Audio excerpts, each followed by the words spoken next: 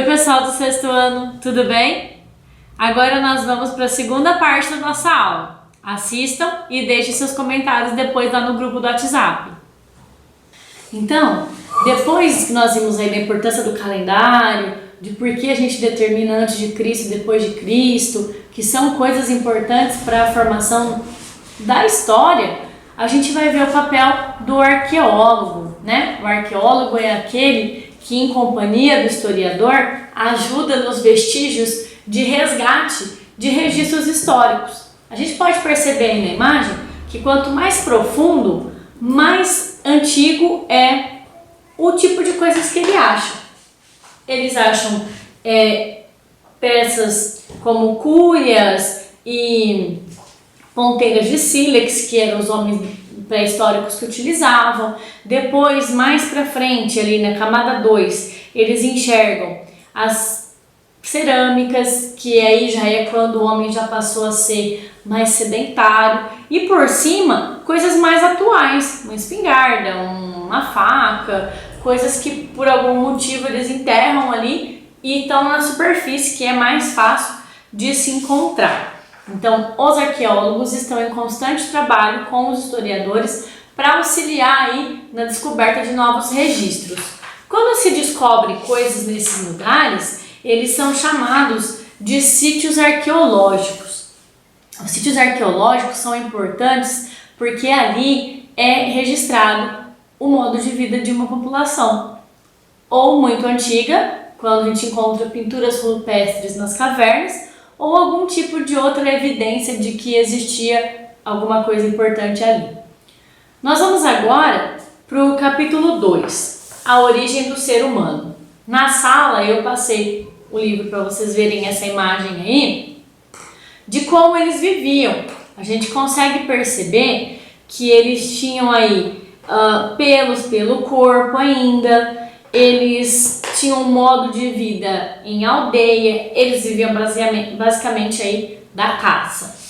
O livro nos ajuda a entender e a começar, como se diz, do começo.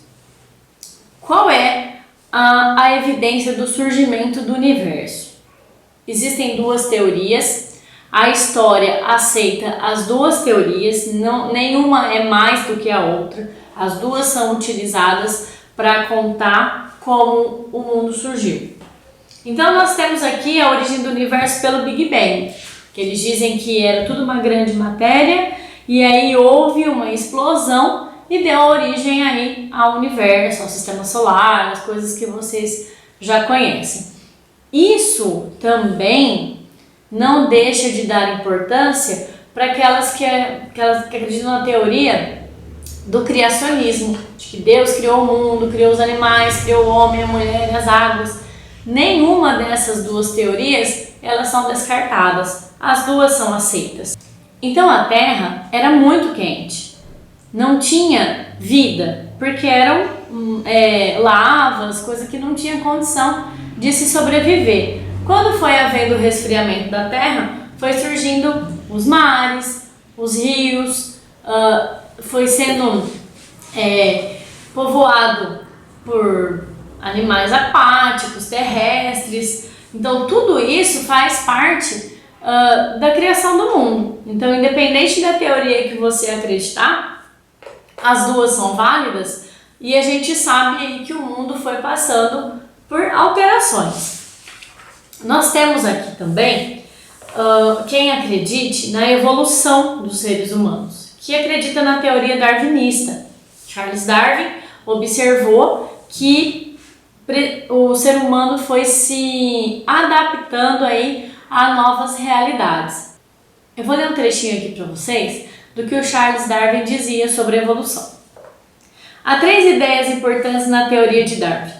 A primeira é que nem todos os indivíduos de uma espécie são idênticos. Há variações naturais de tamanho ou cor, por exemplo.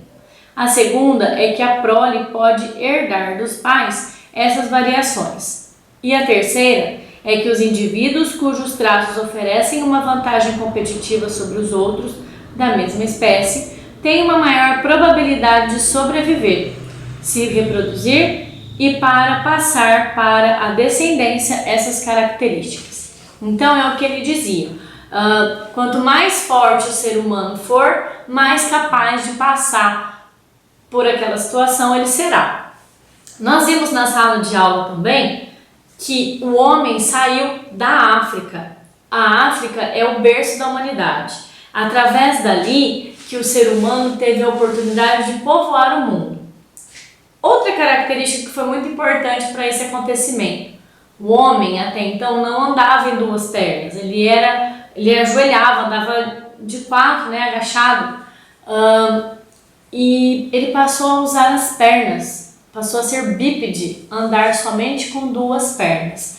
Isso favoreceu muito essa questão de expandir, né, o povoamento do mundo.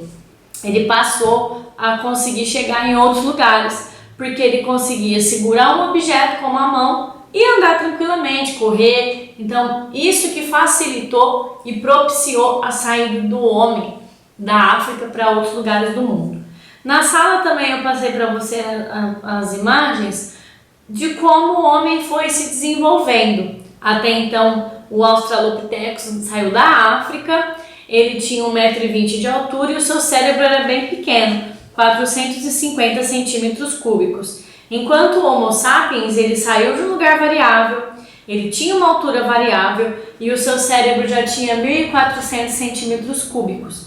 Nossa, professora, mas por que é importante a gente verificar o tamanho da cabeça do homem? Qual que é a importância? Quanto maior o cérebro, maiores as quantidades de ligações neurais, maior a quantidade de coisas ele consegue fazer, mais habilidade ele terá.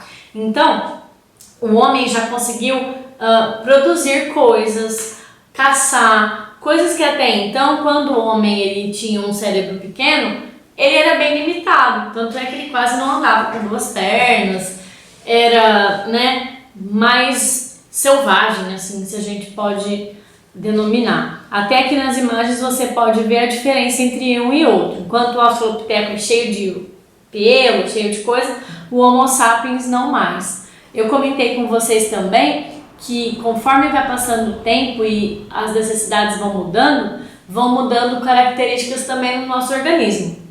Eu disse para vocês dos dentes, que os dentes já não são tão mais necessários ser afiados, porque a gente não mais come carne crua. A carne hoje passa por um processo de cozimento. A gente não come mais coisas que venham pedra junto, coisas que os homens pré-históricos viviam cotidianamente. Isso fazia parte do dia a dia deles. Eles caçavam o animal, caçavam lá a perna, comia com a pele do animal, com pedra, com o que tivesse, e o organismo deles era capaz de absorver tudo isso daí. Diz que tem gente já que não nasce mais com o apêndice, porque não precisa mais dele. O apêndice é um órgão que fica no finalzinho ali do intestino, que ele ajuda também aí nessa filtragem, né, do que está sendo consumido. Hoje tem gente que já nasce sem, assim como o dente do siso também, que é aquele dente que fica no fundo. Tem gente também que já nasce sem, porque ele era necessário na mastigação. Hoje não mais, porque o que a gente come já está bem cozido, né? Nós temos também a divisão aí dos períodos históricos em que esse homem passou a estar presente. Eu comentei na sala com vocês, nas nossas aulas presenciais, sobre o Paleolítico e o Neolítico. Então eu vou explicar para vocês de novo o que é um e o que é o outro.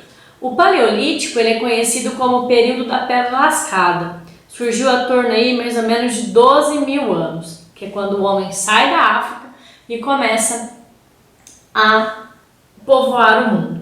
Nesse momento, o homem, a gente chama de nômade. Por quê? Ele planta, ele tem lá a questão da sua agricultura, ele já conhece um pouco porque ele observa, só que ele não observa ao caso de perceber que ele pode plantar de novo. Ele acha que porque ele plantou todo o trigo que ele já tinha que colher, ele tem que sair dali porque não dá mais. Ele não entende que a semente pode ser replantada, que pode haver uma rotação de solo para que aquele solo não fique tão pobre. e ele sai. Ele vai andando e até encontrar um outro lugar para ele se restabelecer. Então não existia uma necessidade de ficar naquele lugar. Então ele é chamado de pedra lascada, né?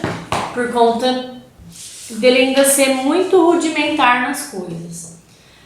Nessa vida paleolítica, houve uma grande descoberta, que foi o fogo. Graças à descoberta do fogo, o homem pôde dominar os animais, cozinhar a sua comida, espantar os animais selvagens que ele não conseguia domesticar. Ele vivia em bando, eles andavam em bandos e eles conseguiam aí ter os recursos que eles precisavam, mas eles sempre estavam andando de um lado para o outro. Nós temos aí também no Paleolítico a especialização do trabalho, ou seja, alguns homens eles eram tinham muita facilidade de produzir instrumentos, lança, arpão, coisas que eles precisavam aí para caça. Enquanto também as mulheres ficavam em casa cuidando dos filhos e da agricultura. Então foi graças às mulheres que a agricultura passou a ser fonte de vida para esse povo paleolítico. O povo paleolítico também, eles faziam arte nas cavernas, que a gente chama de arte rupestre. Nessa arte, eles acabam colocando o seu cotidiano, os animais que eles caçavam, os rituais que eles faziam aí. Em alguns sítios arqueológicos que eu falei para vocês, que são onde ficam os registros desses povos muito antigos, foram encontrados arpões, anzóis, agulhas de costura e outros instrumentos elaborados por trabalhadores especializados. Alguns dizem que tinha uma determinada pessoa fazia aquela determinada produção. Então, eu era especialista em fazer arpões, então eu ia fazer arpão e o caçador, que o meu grupo tinha, ia caçar e utilizar o meu arpão. Então o trabalho começou a ser especializado. Cada um começou a ter a sua função. Nós temos aqui no Brasil um sítio arqueológico também, vários sítios arqueológicos. Por quê? O mundo foi povoado por todas as pessoas, todos os lugares do mundo sempre tiveram algum registro da presença de alguém aqui antes. Então os arqueólogos foram lugares que começaram a encontrar ossos humanos. A partir daí, eles conseguiram encontrar, eu comentei com vocês em sala, o fragmento do osso, né, a cabeça, do que seria o primeiro homem que habitou o Brasil. No caso, eles nomearam de Luzia. Então, vou ler para vocês um trechinho. Em 99, pesquisadores ingleses estudaram o crânio de Luzia e fizeram uma reconstituição de sua face, concluindo que ela tinha formas mais semelhantes às dos nativos australianos e africanos do que a dos atuais indígenas que vivem no Brasil. Os estudos sobre Luzia estão ajudando os pesquisadores a compreender como ocorreu o povoamento da América. Olha a Luzia aí atrás. Vocês estão vendo? Como a característica dela é bem próxima a desses povos. Só que aconteceu uma coisa. Eu contei para vocês na escola. Lembra que eu disse que a cabeça da Luzia estava lá no Museu Nacional do Rio de Janeiro que pegou fogo? Então, os estudiosos acreditaram que eles pudessem ter perdido, porque era um experimento muito forte, né? Uma tendência muito forte de saber que realmente a humanidade saiu da África. Só que eles tinham feito um registro em 3D de como era e conseguiram reconstruir em 3D a feição da Luzia. Só que no vasculhar ali, depois quando acabou o incêndio e tudo, eles conseguiram reencontrar a peça original. Então a peça original agora está guardada num lugar mais seguro e vai ficar exposto para os visitantes quando o Museu Nacional do Rio de Janeiro for reaberto, a réplica do que era, porque até então eles tinham colocado o estudo lá para as pessoas verem. E aconteceu esse incêndio e eles acreditaram que tinham perdido. Mas tudo foi resolvido, eles conseguiram localizar e agora ela está guardada num lugar e continuam-se as pesquisas sobre ela. Então, o Brasil tem diversos sítios arqueológicos, tá? E quando ocorre a descoberta de um sítio arqueológico, aquele lugar é totalmente fechado para pesquisadores, historiadores, arqueólogos, paleontólogos irem até lá para fazer as descobertas. E se é geralmente igual sempre, vocês me perguntam, professor, se minha casa for um sítio arqueológico, foi aquilo que eu falei para vocês. Existe aí uma indenização que eles pagam para você desocupar a área para que eles possam fazer o estudo. Pessoal, essa foi a segunda parte da nossa aula. Agora vamos nos preparar para a parte 3, que é o final, para a gente encerrar e fazer as considerações finais.